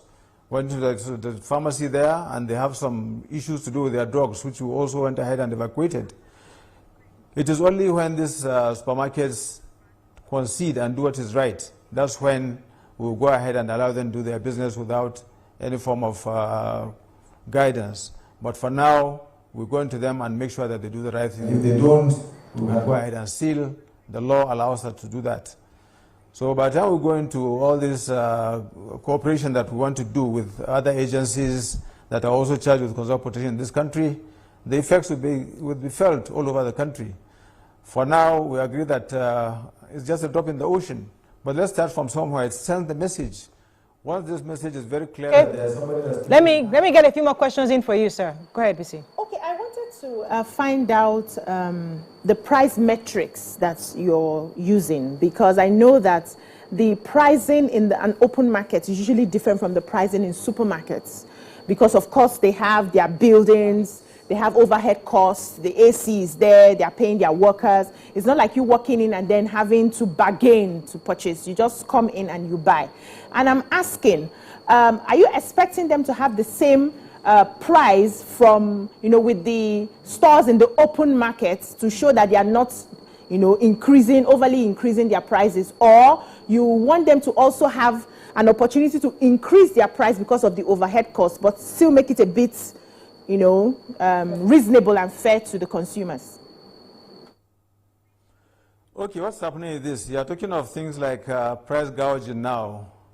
We have experience during COVID. What really happened was that hand sanitizers and masks, all of a sudden, in one day, you have prices increases 3 or 4 times. So what changed? These are products that you have bought and they are already in your store. So this is just because there's demand. So we now decide to just raise the prices. So in this matter too, what's happening is because the dollar kept changing or dollar rate kept rising. So the stores took advantage of that, and in a day you would have these increases in prices. So this is a scientific way of finding out all the things. We sit down with them. Of course, where we don't have the core competence, we bring in consultants. Sit down with all the supermarkets and producers, find out the base cost of these products, how much do they come into your store for, and what is your profit margin.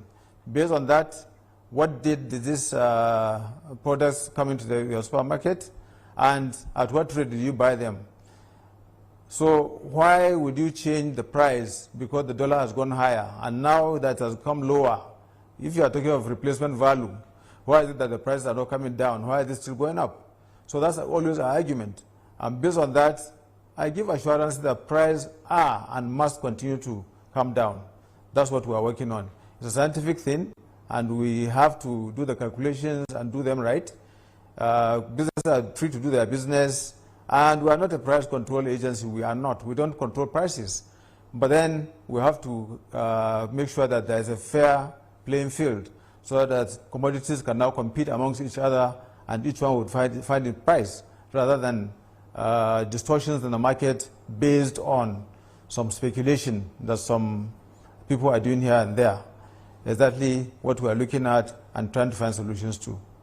Let me touch on discrimination a bit, because before you came on, we're discussing the fact that some people... Can you hear me? Hello, sir. Can you hear me? Dr. Adamu? I think we lost him. Hello, sir. Let me go on a short break and try to get him back. We'll be right back. Ikechukwu, Sunday, Okonkwo, a.k.a. Cross.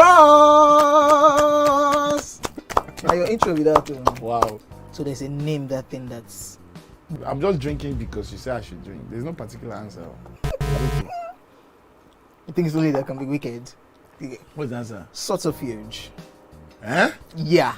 They claim you did, but you said it just happened. That And it's called what again? Subterfuge. Subterfuge. S-U-B-T-E-R-F-U-G. So you look me finish from head to toe. You look at a person who go know what to become for such. Yeah? The nude wasn't like a game plan. Or... I promise you, it was actually a mistake. Like it was sending it to someone, and it just mistakenly just went back. Yeah.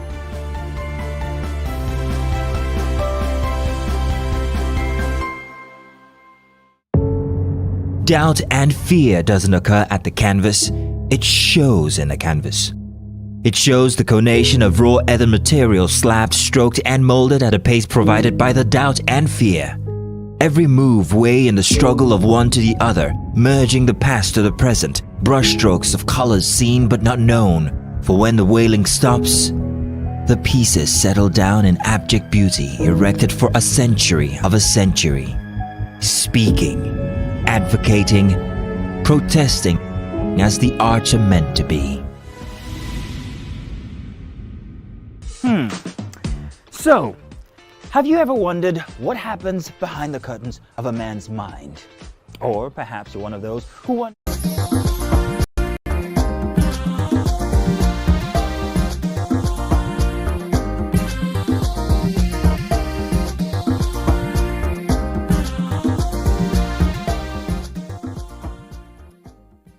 Thanks for staying with us. Still have our guest with us, Dr. Adamu Abdullahi. BC had one more question. Okay, Dr. Adamu, on this pricing issue, I'm a bit more concerned because we know that in different locations, prices are usually different. For instance, you buy a bottle of Coca-Cola in one place, you go to another place, it's a different amount of money, yet another place, a different amount of money, which is determined by likely the area, the neighborhood that you find this. Now, how do we come to a place where we understand that the pricing is okay based off of that area? Or do we now report them that their prices are different based off of their area? It is the same thing that happened in the electricity sector, if you have noticed. You have band A, B, C, D, and this is based on the kind of power supply that you get.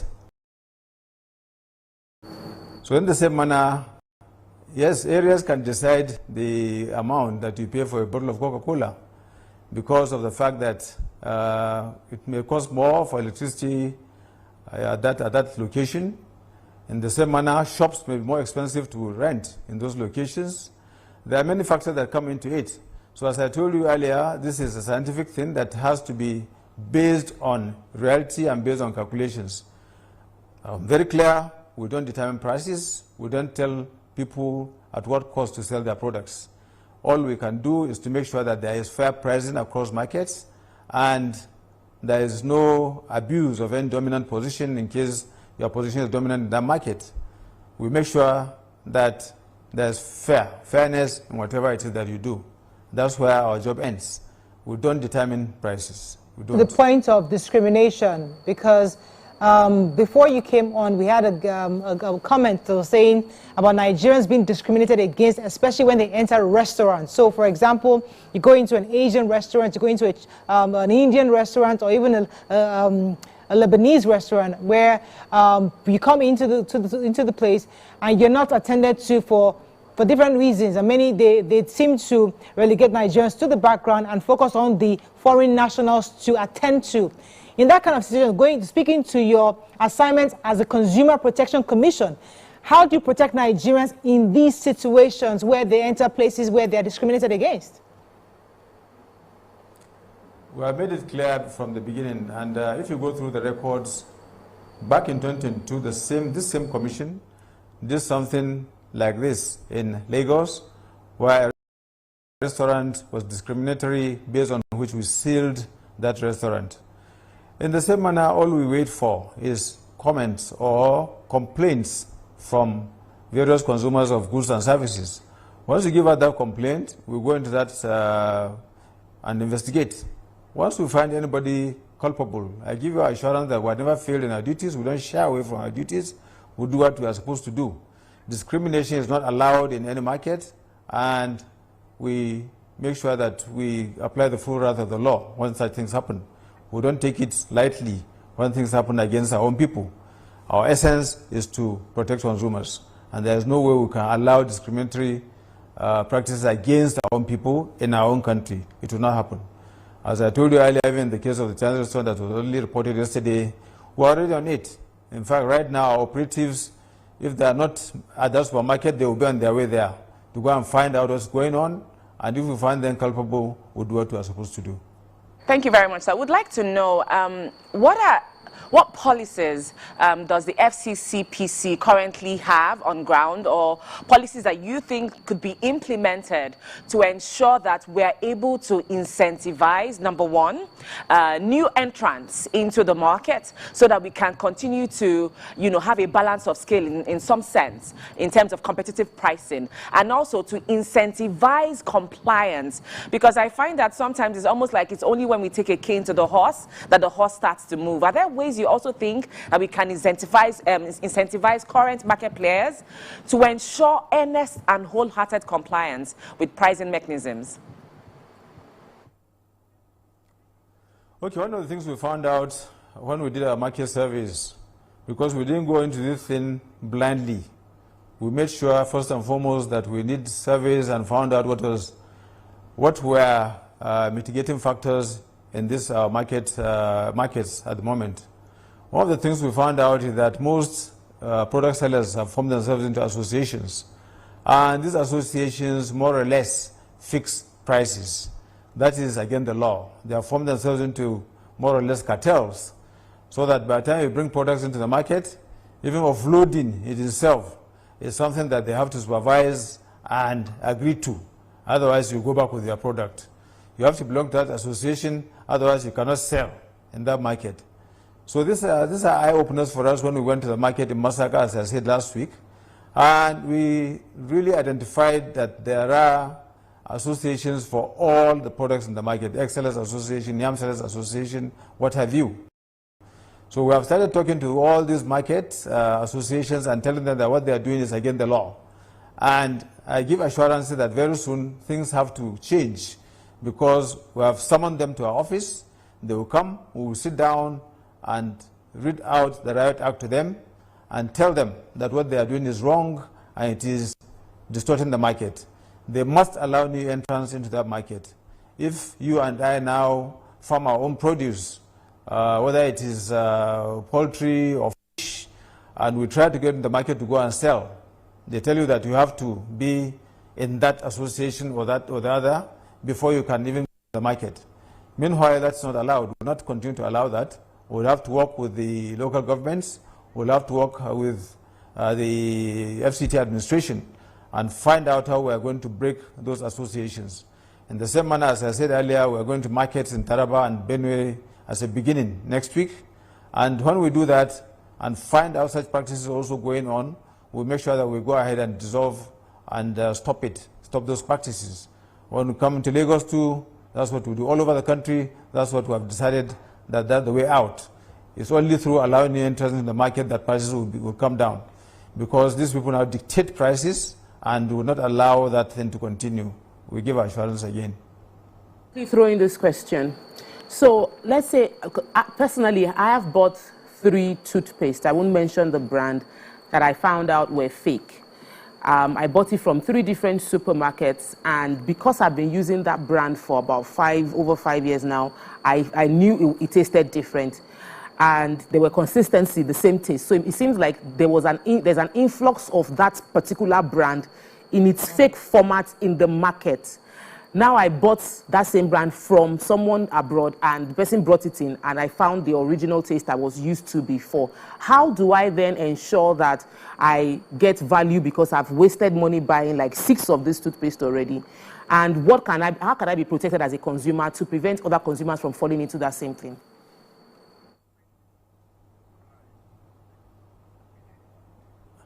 I didn't get that. You have to go over it again, please. Okay, I bought a fake toothpaste. I bought the same toothpaste from 3 different stores in multiple amounts, found out they were all fake. They looked like they were the real things, but they were fake from the taste. And I want to be able to protect myself. How do I report it to you, and how can I prevent other customers from falling into that same place? Okay, we have an app, first and foremost, that you can go either to supermarket or to Google or App Store and download, or you can go to any of our social media platforms at FCCPC. You can also go to our website www.fccpc.gov.ng, and you can also report physically to any of our offices nationwide. The zone offices I've already mentioned, plus the state offices in both Lagos and Kano, as well as our head office here on 23 Jimmy Carter Street in Abuja. We take physical complaints too. Our complaint portal is something that we are very proud of. It's something that has been on and up and doing. And once you download that app, or you come into our www.fcc.gov.ng and lodge your complaint, you get an immediate acknowledgement, and your complaint will be looked into, and we make sure that we resolve it. We have kept a niche for ourselves over time, and it can only get better, because whenever we get any complaint, we take it very seriously and we pursue it to its logical conclusion. All right, let me jump in with this question, Dr. Abdullahi. This is our final question for this morning.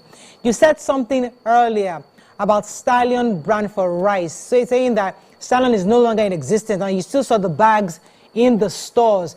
And we can also compare this to other brands that have, other international brands that have left Nigeria. For example, GSK left the country, and some of their products are still selling. So how do we know the brands that are legitimately supposed to be sold on the shelves? Does your app say that? Aside from reporting brands, does your app or your website gives us information on which brands we shouldn't be seeing on the shelves anymore, at least from Nigeria? What we are saying is anything that's false, misleading, or deceptive, and you know that it is fake, and you report to us that this thing is fake. We already have an MOU with NAFDAC. NAFDAC is into that space. SON is something is an organization that we belong to the same ministry with. We always work together with. So we give these things we take these things very, very seriously. Fake products must not be allowed in this country, and more or less they've taken over. So once you give us the information, we go ahead, and our act gives us the power to go ahead and evacuate. In fact, the issue of the Stallion rice, that's what we did. We evacuated the 97 bags of rice that we found in that supermarket immediately. And whenever we have information of any fake products, what we first of all do is to evacuate those products from that market. And if you have any information, please give it to me now, and I give you assurances. We'll go ahead and pursue them, find out where these products are, get to the root of it, and find out who is even manufacturing, seal up the factory, and make sure that it doesn't keep producing and they don't keep misleading and deceiving Nigerians. Thank you very much, Dr. Abdullahi. We have to let you go, but we really appreciate you being here this morning to shed light on the pricing, the consumer pricing and protection of Nigerians. Thank you so much for joining us. Let's take a few comments on social media before we run off. I know I had one from For Engineer Ajibola Tijani, he was saying that, good morning, Mora, it is outright wrong to rubbish Nigerians in our own country, irrespective of what few people are doing. A retail store is a public space for all, and what every supermarket should do is to install CCTV and employ trusted security company to help in protecting their businesses from shoplifters. Imagine some people whose children are dependent on products like allergic products that due to allergies. Shoplifters exist in every country, and superstores do not discriminate their own people as a result of such menace. So that's a good feedback for many of these stores. Any other one? Antnam says, all these market association unions are criminal for setting prices. I should be able to sell the produce cheaper or higher. They can't just set the price. Corey Michael says, I think GSK has not entirely exited the Nigerian market. They just stopped manufacturing in Nigeria due to harsh conditions, but still import products. That's all we can take on today's show. Have a great day. We'll see you tomorrow. Bye for now.